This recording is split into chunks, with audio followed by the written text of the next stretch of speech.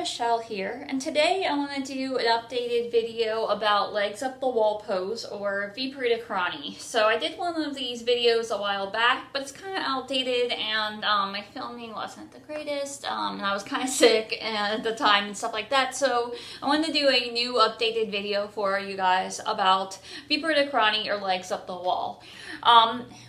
Who should not do this pose? If you have any kind of, if I can talk today, the contraindications for this pose are if you have any kind of glaucoma or serious eye issues, then you want to refrain from doing this pose, or really any inversions in your practice.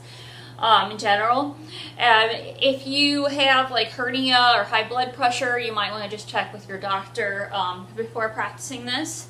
And if you have like any serious back or neck injuries, things like that, you want to practice this with caution or with the assistance of a certified yoga instructor, preferably in the room with you to get you started. And just be careful if you choose to move forward with this pose.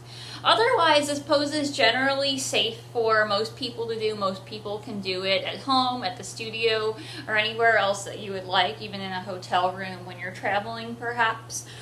So I really recommend to give this a try, and as we get into this, I'll tell you more about some of the benefits and the many therapeutic uses for this pose. But let's go ahead and get onto our mats, and we will go through how to get into and out of this pose.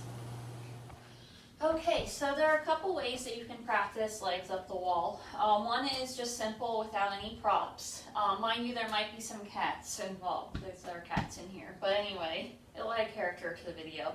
But one is without any props. It's really simple. It's the first one that I will show you because you don't really have to have any props. You don't need to worry about having certain things, and most people can just do it this way at home.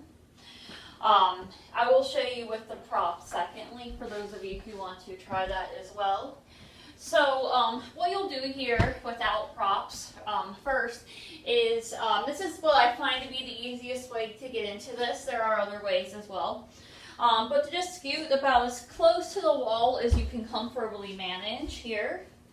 And then from there, just make your way down onto your elbows, your forearms, and then lower down slowly onto your back. And then from here, we'll just take one foot up, followed by the other, and voila, you're in the pose. Hi, Murphy. So that's pretty much it. Of course, I made this look pretty easy. I've been doing this for a little while, so if it doesn't come quite as easy to you, don't worry about it. Just practice and just try, see what happens with it. You may notice I do have a little bit of space between my legs and the wall here, which is absolutely fine. If you find that you have a lot of space between your legs and the wall, you may try to scoot yourself in a little bit closer to the wall.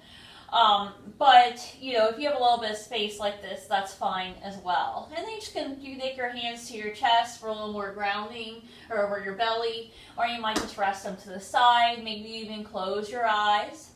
Maybe you just set a timer for 5 to 10 minutes and just see how it goes, see what happens, and find some quiet space here and your legs up the wall. The other option is to use a prop or two, and this one I don't recommend trying this one if you're new to the pose. If you're new to the pose, I would say to just try it the first way that I just showed you, because either way, both ways are very, very restorative and very beneficial to you. But if you want to use a prop, there are a couple options. You can either take two yoga blankets or whatever blanket you have like this and fold them up and place them against the wall. Or you can use a big yoga pillow, like called bolster, which I have right here, and that's what I'm going to demonstrate with today. Mind you, this demonstration will be a little less graceful than the first one, but that's just part of it. So we're going to do essentially the same thing, except here we're going to set up this bolster against the wall. And I like to leave just a little bit of space here, so you have a little space to work with between the bolster and the wall.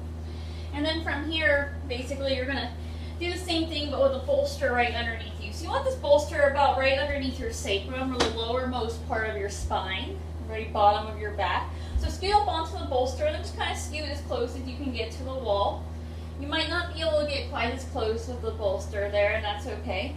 And then lower onto your arms and then gently onto your back. And from here, you'll take one foot up, followed by the other, and the same thing again. You'll notice this time I have a little more space between my legs and the wall, which is not that big a deal, but I personally, again, this is the ungraceful part, but who said it had to be perfect? It's practice. So I like to scoot in a little closer, just I enjoy it more that way. So that's what I do, and then I'm in the pose.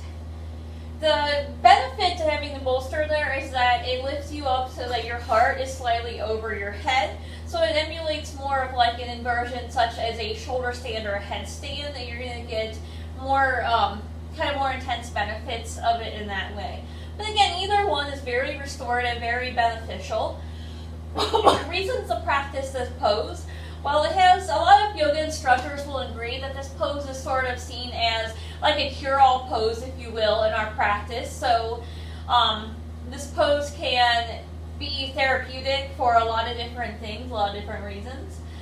Some of the things that this pose can be therapeutic for or used for are to help with, some but not all, are to help with things like arthritis, anxiety, menstruation, menopause, mild depression, insomnia, migraines and headaches, respiratory ailments, it can improve digestion, and it's also a really good way to see things from a different point of view.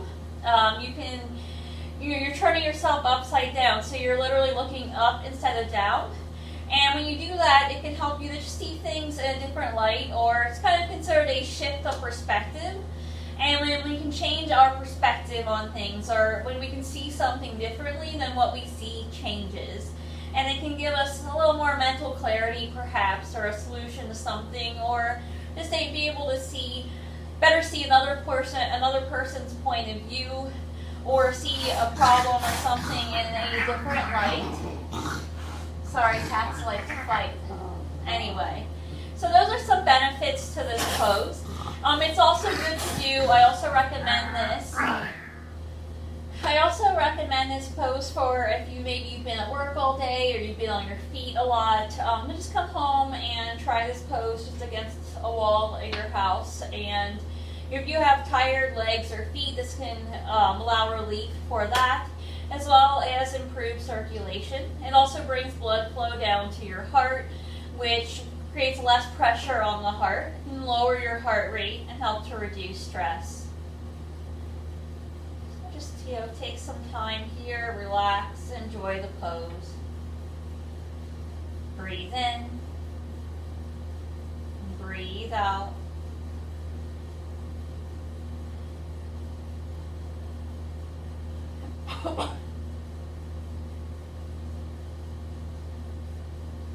And you can choose to stay here for as long as you want. I often stay here for around 5 to 10 minutes in my practice. And whenever you're ready to come out, you can just safely do so by bringing your knees into your chest and just gently roll over to one side and just take your time. Use your arms to press yourself gently back up to a seat. And that is Viparita Karani, or legs up the wall. So I hope that you found that helpful or beneficial, and I encourage you to practice this at home as much as you can and would like to. If you have any comments or questions, please feel free to comment down below. I'll try my best to answer those. And if you want to see more videos like this, or you enjoyed this video, please hit that red subscribe button and give this a thumbs up if you enjoyed it. Peace.